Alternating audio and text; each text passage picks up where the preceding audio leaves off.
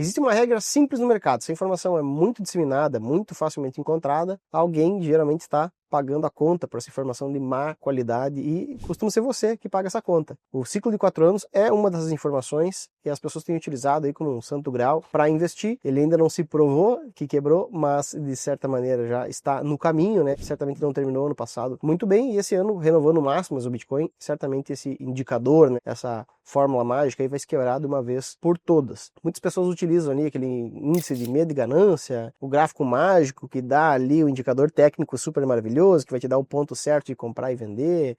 Então isso circula muito em grupos de Telegram, coisa parecida, e tudo muito mastigado, tudo muito pronto, muito fácil de entender. Geralmente, quando você está visualizando esse tipo de coisa, você está diante de informações falsas que você vai só descobrir ao longo do tempo. A forma como o dinheiro se movimenta no mercado é muito diferente, é isso que eu vou te contar um pouquinho aqui hoje sobre a nossa metodologia para ler o mercado através de um sistema de 4 camadas. Esse é o sistema que a gente usa aqui na Target para analisar o mercado de forma profissional e sem cair em conversa fiada da internet. Meu nome é Vinícius Trapazon, sou investidor profissional em criptoativos. Eu passei os últimos anos criando uma série de ferramentas de análise para esse mercado, focado nesse mercado, e um framework de análise aqui que realmente ninguém tem, nem a maior parte dos grandes analistas aí costumam sonhar em ter coisa parecida. Eu já tive muito sucesso no mundo dos criptoativos antes de abrir a boca para falar sobre as minhas análises, e realmente aqui na Target a gente faz isso, a gente analisa, não fica vendendo curso, a gente analisa o mercado com dados reais que são atualizados diariamente e compartilha aqui com você o que a gente encontra. Se é uma coisa que você está interessado em aprender sobre o mercado cripto de outra maneira, dá uma olhada aqui, já se inscreve no canal, ativa o sininho e bora para mais um conteúdo de alta qualidade. Antes de tudo, deixa eu deixar bem claro, né? Existem realmente analistas sérios na internet, tem muita gente boa, não é só eu que faço análise séria, mas existe também muito entretenimento. A maior parte do que você vê aí é realmente entretenimento, sem dúvida nenhuma, especialmente no X aí, com atualizações diárias. Um exemplo clássico, né? Nas últimas 2 vezes que o Bitcoin caiu, depois do halving, então agora ficou um ano inteiro caindo. E esse tipo de análise aí, baseada praticamente em superstição, ela não tem como dar certo, né? Baseada em padrões que se repetiram no passado. O mercado financeiro não funciona assim, baseado em padrões tão previsíveis, senão todo mundo seria zilionário. E parece piada, mas tem gente fazendo exatamente isso no dia a dia, né? Outro erro eu costumo bater muito aqui no ciclo de 4 anos. O halving, ele traz uma queda da nova oferta em circulação, isso é verdade, e aí depois de tanto tempo sobe, depois de tanto tempo cai, né? No Google isso está disseminado, é uma coisa que todo mundo já sabe que potencialmente existe, né? Mas se você ainda está analisando o mercado por conta dessa ótica, você certamente não vai entender nada que vai acontecer nesse ano, muito menos utilizando o Fear and Greed Index, esses indicadores aí que todo mundo conhece, Pi Cycle Top, essas coisas aí que todo mundo já conhece, são modelos atrasados realmente e muito distantes do que a gente tem aqui de informação. Claro que eu vou atualizar você, mas antes de mostrar como que a gente olha aqui, já peço para que você deixe o like e ajude esse vídeo a chegar em mais pessoas. Tá bom, Willi, como é que se faz para se olhar de maneira mais completa, tá? Eu tive bastante experiência trabalhando com profissionais de mercado, especialmente de outras áreas, né, análise de ações, por muito tempo e por alguns anos, e esse período me ajudou a muito entender a cabeça de analistas sérios, assim, pessoas que são remuneradas o dia todo para chegar em conclusões se o mercado vai subir, vai cair, para que preço vai, qual que é o preço justo. Então a gente chegou aqui usando benchmarks, usando referências do mercado, num framework de análise que ele passa por analisar 4 camadas de informação. Eu vou te mostrar a diferença do que a gente faz, porque os verdadeiros analistas e pessoas pagas profissionais para fazer isso costumam fazer. Essas camadas de informação são basicamente macroeconomia, fundamentos, sentimento e, por último, preços. A analogia que eu faço aqui é como se fosse de uma casa. A casa é o investimento que você vê lá no final, prontinha e que tem um preço associado a ela, que é uma camada de informação. Bom, a casa vale tanto. Opa, isso aqui já ancora, você tem uma noção de quanto a casa vale.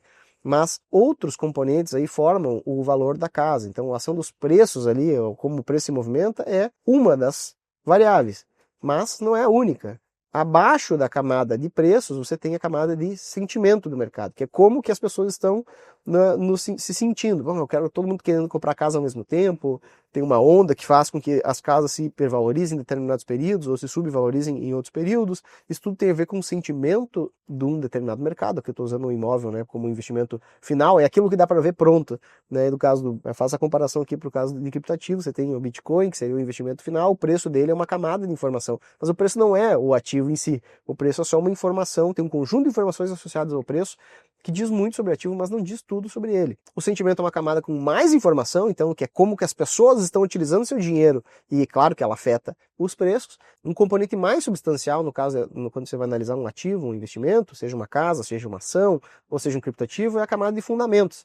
O fundamento ele vai te dizer realmente o valor daquilo. Você vai buscar responder essa pergunta do quanto aquilo realmente vale. Porque às vezes você sabe que está comprando um bem por um preço maior do que ele vale, porque o mercado está superaquecido por conta do sentimento. Tá entendendo? A conexão dessas camadas, ela acaba sendo muito importante, mas o valor da casa, ele dá uma referência para que mesmo que o preço da casa caia, você sabe que aquilo ainda tem altíssimo valor. Então o sentimento, o preço e o fundamento, eles andam juntos na hora de analisar um ativo. Isso vale, de novo, para ações e para criptoativos.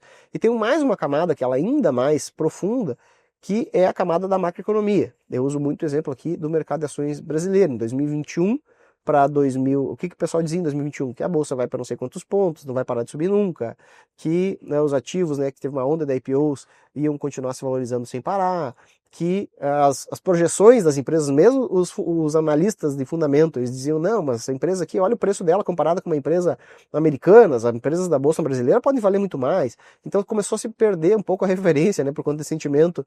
E mesmo usando as preços, sentimento e fundamento, não dava para entender o que estava acontecendo ali do ponto de vista de transição. E só do ponto de vista de macroeconomia era possível ver aquilo. Então uma virada macroeconômica no país, eu estou falando aqui não apenas da alta dos juros, mas uma queda da atividade econômica, trouxe os preços para uma realidade anos depois, uma realidade muito pior, e da qual o mercado de ações brasileiro ainda não se recuperou, apesar do índice estar se comportando razoavelmente bem. Dentro de um contexto você vai ver que ele ainda não está grande coisa, mas se você olhar em dólares a bolsa, ou descontado a inflação, que seja, e olhar ela, realmente você não vai, a bolsa não está bombando como parece ser, aquelas ações que estavam bombando em 2021 não estão mais bombando agora. Então esse tipo de virada que acontece no mercado, ela é causada não só porque o preço caiu, mas sim ela tem razões, explicações que estão em outras camadas de informação.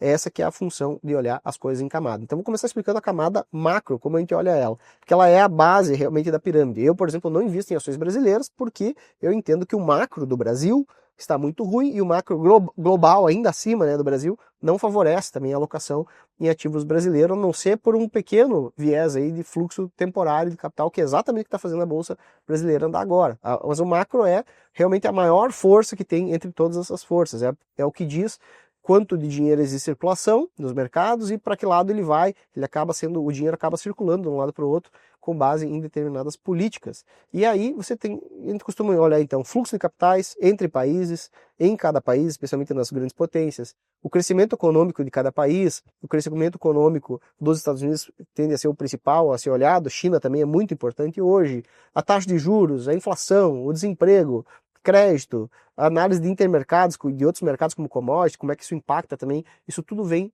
de macro. E isso tudo a gente olha aqui focado em extrair sinais de informação para utilizar no ambiente cripto. Eu já vou mostrar um exemplo para vocês. Mas no fim do dia, essas variáveis definem o ambiente de negócios. Quer dizer, eu estou trabalhando, empreendendo no Brasil aqui num ambiente que está deteriorando ou estou num ambiente que está bombando. Então, no fim, essas variáveis aí, essa camada, busca definir a seguinte informação, o ambiente está favorável ou desfavorável para você investir em determinados ativos. Dependendo do macro, você vai ter alto fluxo de capital para imóveis, para ações, para criptoativos, e em outros ambientes não. Então, a primeira coisa é que a gente ainda está num ambiente favorável do ponto de vista macroeconômico para o mercado de criptoativos. Segue em ambiente extremamente favorável e melhorando. Pelos nossos cálculos, para vocês terem uma noção, uma das grandes variáveis que impactam o mercado, que eu consigo mostrar visualmente para vocês, é a quantidade de dinheiro que existe em circulação no mercado financeiro. Vocês sabem que o Bitcoin foi criado exatamente para resolver esse problema. A quantidade de Bitcoins é limitada, vão existir no máximo 21 milhões de unidades, e a quantidade de dinheiro que o governo imprime é infinita. Sempre vai ter mais dinheiro do Brasil, mais dinheiro dos Estados Unidos e outros países na União Europeia e assim por diante. Então, os países sempre imprimem mais dinheiro do que existe de lastro nas suas economias. Isso é uma coisa que não vai ter fim, é um ambiente de longo prazo. E pelos nossos cálculos aqui, aproximadamente cada $1 trilhão que se injeta nas economias do mundo todo, a gente tem aí 9 a 10 bilhões entrando no Bitcoin. Então hoje aproximadamente 1% de toda a quantidade de circulação de dinheiro está no Bitcoin, o que ainda é muito pouquinho. Dá para ver que existe muito mais alocação em outras classes de ativo, que faz parte, já que o criptoativos ainda é uma classe bastante nova e todo mundo tem dúvida, o pé atrás. E essa camada ela acaba respondendo para nós como que a maré está se comportando. Ela está subindo ou descendo. Nesse caso, ainda consigo mostrar para vocês que está subindo. E a lógica direta é bastante simples. Se tem mais dinheiro em circulação, a quantidade de dinheiro em circulação está aumentando, como tende a continuar sendo no longo prazo. Aí tem então empresas, instituições financeiras, bancos emitindo mais crédito e aumentando e ajudando, potencializando essa onda. Ou essas instituições passam a ter mais dinheiro sobrando e dinheiro disponível, ele acaba sendo alocado em investimento de todas as categorias, não só criptoativos. De novo, né, chega a 1% aí na nossa medida, acaba indo apenas para cripto. Parte desse recurso vai para a bolsa, então vai para crédito, para commodities, para investimentos de longo prazo, e parte também acaba caindo um pouquinho em cripto. Então, eu não estou falando aqui de uma opinião, né, que eu tenho sobre o Brasil, sobre determinada política econômica. Estou falando de um dado que é mensurável e do qual consigo acompanhar diariamente, e praticamente esses dados, na verdade, são semanais. A gente consegue acompanhar semanalmente a distribuição desse valor e o quanto isso está indo parar no mercado cripto também. Eu tenho aqui um gráfico para mostrar para vocês dessa quantidade de dinheiro em circulação ao longo do tempo. Então eu peguei um período um pouquinho maior aqui, desde 2015, aproximadamente, dá para ver que a linha verde, ela explica em parte a movimentação dos preços. De novo, por isso que tem várias camadas de informação, porque nenhuma camada isoladamente explica tudo. Não é só olhar fluxo, não é só olhar preço, não é só olhar sentimento, tem que olhar essas camadas como um todo. Mas isso aqui dá uma certa direção da coisa. E a gente consegue ver que a linha verde, ela segue crescendo. A gente olha essa linha aí, claro que tem várias óticas para ver essa informação, a gente consegue desdobrar ela por crescimento anual, taxa de crescimento em percentual, quebra entre países. Já trouxe aqui para vocês a descoberta que a gente fez de uma relação muito clara que existe entre essa explosão de dinheiro em circulação nos Estados Unidos e as altcoins, então tem uma conexão muito clara entre essas variáveis, mas eu estou olhando um todo aqui, né? Como um todo, isso aqui acaba impactando o Bitcoin no longo prazo, especialmente quedas dessa quantidade de dinheiro em circulação atraem, né, ou geram períodos de maré baixa no mercado cripto e geram períodos de bastante dificuldade para investimentos como um todo. Bolsa também tiveram correções, mesmo a Bolsa Americana teve uma correção significativa ali naquele período de 2022, que dá para ver no gráfico.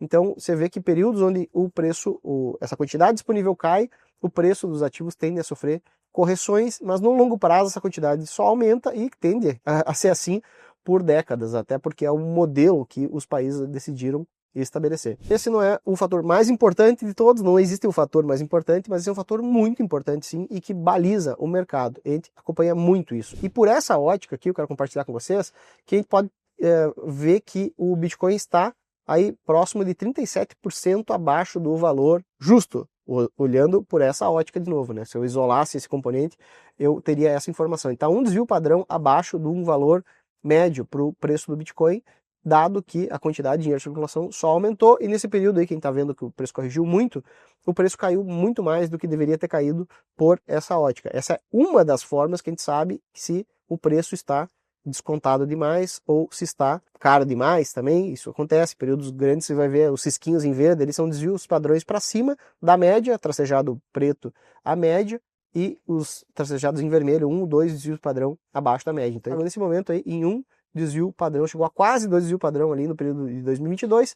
E de novo, né, se vocês olharem por outras comparações, vocês vão chegar à conclusão que foi mais distorcido ainda 2022 do que parece aí por esse gráfico isoladamente. Mas a gente tem uma noção que o preço está barato aí por essa ótica. Tá? Então o que realmente importa é o seguinte, é a conexão de causalidade. Quando o fluxo de capitais está caindo, o mercado inteiro tende a sofrer. Quando o fluxo estabiliza, acaba se formando aí esses períodos de fundo dos ativos e o mercado meio que entra em neutralidade, e depois quando o fluxo volta a subir de forma consistente, a gente tem aí períodos onde o ambiente fica estruturalmente favorável para investimento em ativos, muitas vezes são pelo menos percebidos como de risco, né, como o Bitcoin, Ethereum e outros criptoativos. Então essa é uma camada que é pano de fundo, com um ciclo próprio de sobes e desces, de altos e baixos, e que não tem nada a ver aí com o ciclo tradicional de 4 anos. Essa camada explica muito melhor, tecnicamente, os ciclos do Bitcoin do que o ciclo tradicional de 4 anos. Muito, muito, muito melhor. Isso aí eu posso garantir para vocês por ter estudado isso aqui no detalhe. Mas ela também não responde sozinha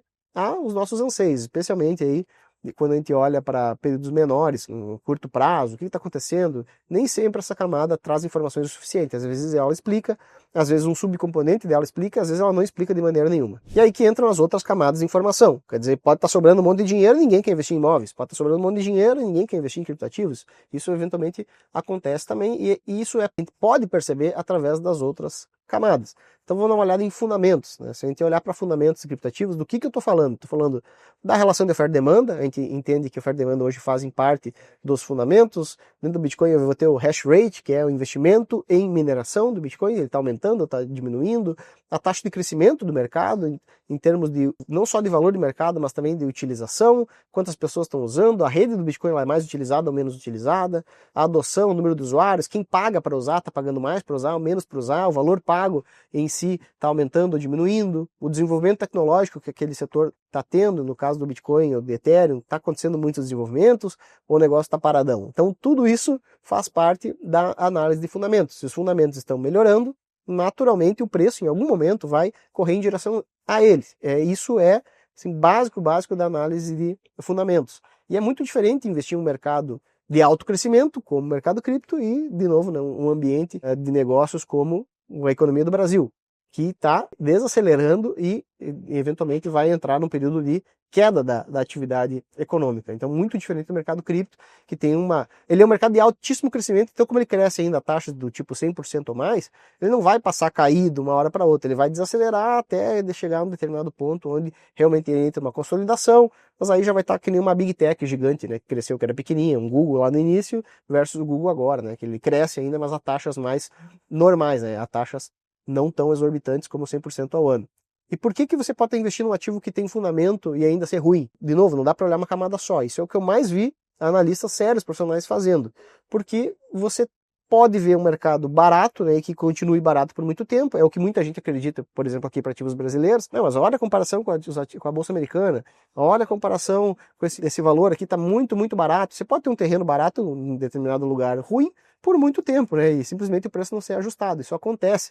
Então, mesmo que o terreno seja bom num lugar que não tem alto crescimento, ou seja, o macro não está favorável, você vai ter outras camadas influenciando na precificação desses ativos. A pergunta que a gente tenta responder aqui nessa camada de informação é: o ativo ou o mercado em que ele está crescendo ou não? Porque se você compra algo de alto crescimento, que está efetivamente crescendo, você tem já uma chance já bem acima da média de ter altos retornos. Então a camada de análise fundamentalista é sensacional, mas nem sempre ela explica tudo. É o caso das altcoins, onde ela realmente não explicou o que aconteceu. Os fundamentos continuaram melhorando, mas o preço ainda não andou. Uma terceira camada que a gente usa aqui para analisar o que está acontecendo é a análise de sentimento, porque ela acaba influenciando muito nos preços, especialmente nos momentos ali de exageros para cima ou para baixo dos preços. O pessoal costuma estar muito pessimista quando os preços estão ruins e muito otimistas quando o preço está bom. Isso exagera, né? Cria um exagero para cima ou para baixo. E a camada de sentimento é responsável por isso. Na forma como a gente analisa, a gente não está olhando a opinião do Twitter ou a rede social, a gente até olha isso, né, como uma comparação, mas isso não faz parte do nosso índice interno, né? O índice que a gente utiliza, ele leva em consideração muito mais posicionamento. Quer dizer, se eu quero saber como é que o pessoal da construção está se sentindo sobre determinada região, eu vou ver o quanto eles estão investindo de grana, né, em determinada região. Não vou perguntar a opinião deles apenas, né? Eu vou esperar eles falarem publicamente sobre o assunto, é uma informação que é muito menos qualificada, né, do que ficar sair perguntando na rua a opinião de todo mundo. Então é isso que a gente olha aqui, quanto de grana está indo para determinados setores. Enquanto nos Estados Unidos é possível ver isso para quase todas as áreas da economia, no Brasil isso não tem, e no criptativos isso não só tem, como é exagerado. A informação é totalmente transparente e você consegue consolidar esse tipo de informação. Então a pergunta que a gente quer buscar responder aqui não é o que as pessoas estão falando, é o que elas estão fazendo com o seu dinheiro, porque aí tem uma informação muito mais importante do que o que elas pensam. Então um exemplo que eu busco aqui medir, trago esse gráfico de cohorts aqui, de cortes de análise, para a gente entender quem está comprando Bitcoin. E aqui eu trouxe para vocês os últimos 30 dias, com a maior parte das compras sendo feitas por carteira de mais de 100 Bitcoins, mais de 100 mil Bitcoins, mais de 1000 Bitcoins, um pouquinho de compra também sendo feita por carteiras de até um Bitcoin, então que a gente chama de varejo, mas a maior parte das compras são carteiras grandes. Isso é consistente ao longo do tempo. Claro que você tem aí, eventualmente, altos e baixos, mas é consistente, assim, que as carteiras maiores são os maiores compradores de Bitcoin, mesmo tanto agora, quanto no passado. Aí também faz outras comparações, tá? Como é que está agora em relação ao passado? A gente cria um índice de acumulação para ter noção de períodos onde os ativos são mais comprados, ou de que aquilo está acelerando, isso também tende a levar os preços para cima. Então o sentimento é uma camada que nos ajuda a entender como que grandes players e como que o mercado como um todo está se posicionando.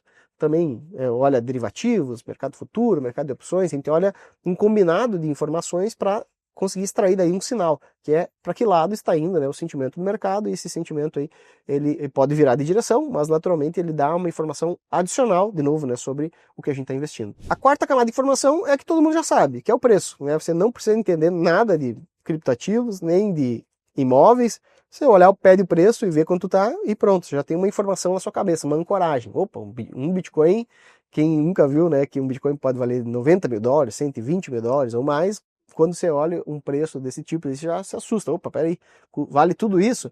É uma informação, sem dúvida, né? O preço carrega informações. O pessoal da análise técnica está certo uma série de coisas. Mas qual que é o problema de você ficar focado nessa camada de análise? Você vai ficar igual barata tonta. Você já deve ter visto o pessoal de outros canais do YouTube por aí, sobe o preço, vai para a lua e quando cai, vai para o chão. Então esse tipo de coisa, você só vai ver realmente porque as pessoas, na maior parte, especialmente os investidores novos, né, estão começando, vão olhar essa camada, porque ela é mais disseminada. Então tá todo mundo aí compartilhando análise técnica, é uma coisa que é muito parecida para outros mercados, então a forma de analisar as ferramentas, pelo menos as mais simples, né, são muito comuns, figuras de ombro, cabeça a ombro, essa linguagem toda que se você não conhece, nem perca seu tempo procurando aí, porque realmente é muito difícil de extrair sinal daí, mas você vai tender a ficar com a informação.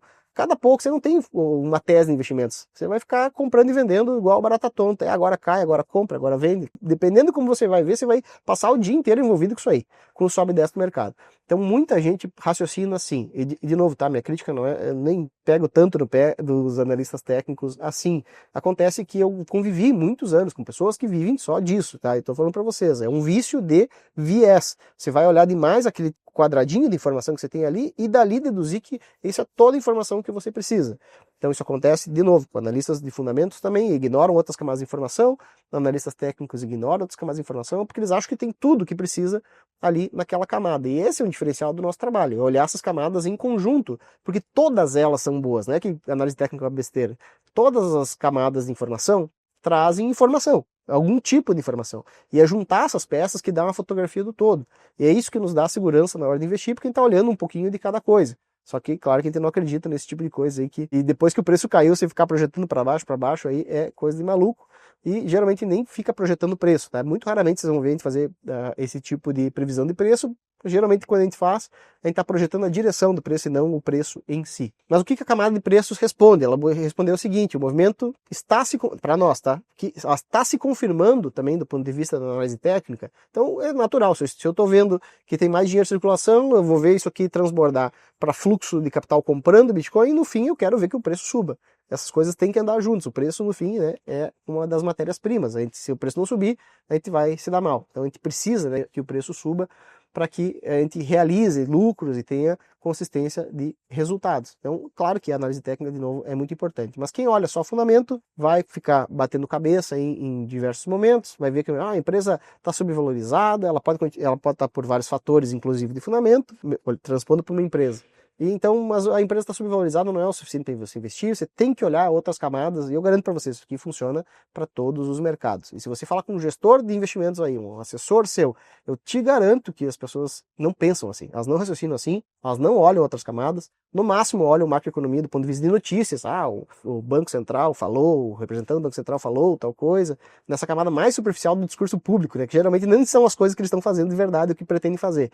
Então aí você tem uma diferença absurda, né, entre o trabalho que a gente faz de acompanhar essas coisas no detalhe, saber a camada de transmissão disso, e isso no longo prazo tem uma diferença muito, muito grande, que é não cair nessas narrativas, né? Quando o preço cai um pouquinho, meu Deus, agora acabou o mundo. Pelo contrário, vocês vão ver que os nossos clientes ainda estão incentivando eles a comprarem, geralmente, né, quando a gente tem o conjunto das camadas está bom e só o preço que caiu, é compra. Quando você tem aí um fundamento que caiu, um macro desfavorável, e o preço caiu, aí já ferrou. Aí já talvez já nem dá mais tempo de sair, ou dá, né? Mas enfim, dá mais trabalho, dá mais dor de barriga, já tem que realizar prejuízo para sair do mercado. Então, combinar essas camadas aqui é muito importante e é exatamente por isso, né, que a gente não perdeu ainda a perspectiva favorável para as altcoins, que a gente acredita que a gente vai ter um novo ciclo de alt-season, um período onde as altcoins performam bem. Repetindo a tese, a gente tem aqui um macro ainda favorável e fundamentos extremamente bons e o preço extremamente descontado em relação a essa razão. Então, analisar as camadas isoladamente é um maior problema.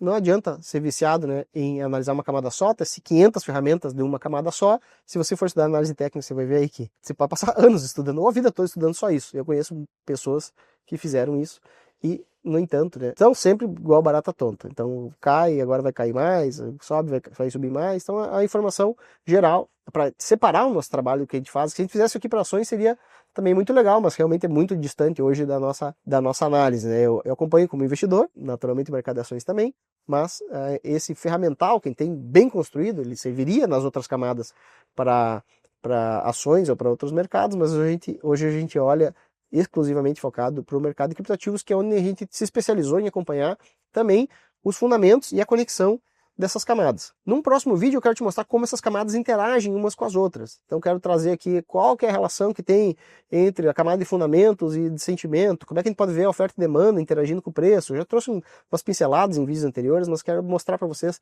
um pouco do desenho, que claramente isso também cria um ciclo, só que de mais curto prazo para movimentação de preços. A gente consegue extrair muita informação a partir daí. A gente conseguiu criar indicadores fenomenais aí no ano passado, baseados nesses sinais, para poder vender em regiões adequadas e também em comprar em regiões adequadas. A gente acabou de criar um indicador bem interessante para a formação de fundo de mercado também, e que apitou já faz um tempo, então tem bastante segurança que o mercado agora está em recuperação. Então aproveitem, né, o próximo vídeo também para entender e fazer perguntas aí do que vocês acharam mais interessante dessa abordagem. A gente monitora as 4 camadas todos os dias, dados todos os dias, exatamente. Se você fosse investir numa empresa, você compraria uma empresa pelo preço e pronto? Não, ela está subvalorizada, vou comprar porque o preço dela está barato. Não, alguém tem que fazer o trabalho de acompanhar, de medir indicadores, de mensurar cada ponto, e ver se aquilo está crescendo ou não, de implementar modificações onde precisa. E é a mesma coisa que a gente faz aqui, sem promessa de retorno impossível, sem ficar com o dinheiro dos clientes e sem vender cursos milagrosos aí com setup maravilhoso que você copia e cola e vai se dar bem. Não, investir é complexo, é uma atividade complexa, envolve tempo e envolve comprometimento com o resultado, e é exatamente o que a gente tem aqui. Se é uma coisa que te interessou minimamente, como investir profissionalmente nesse mercado de forma séria e com valores relevantes, afinal de contas, dobrar 5 mil não vai mudar a vida de ninguém. Dá uma olhada nos links aqui da descrição e já conversa com alguém do nosso time também para conhecer o nosso trabalho. Um abraço, até o próximo vídeo.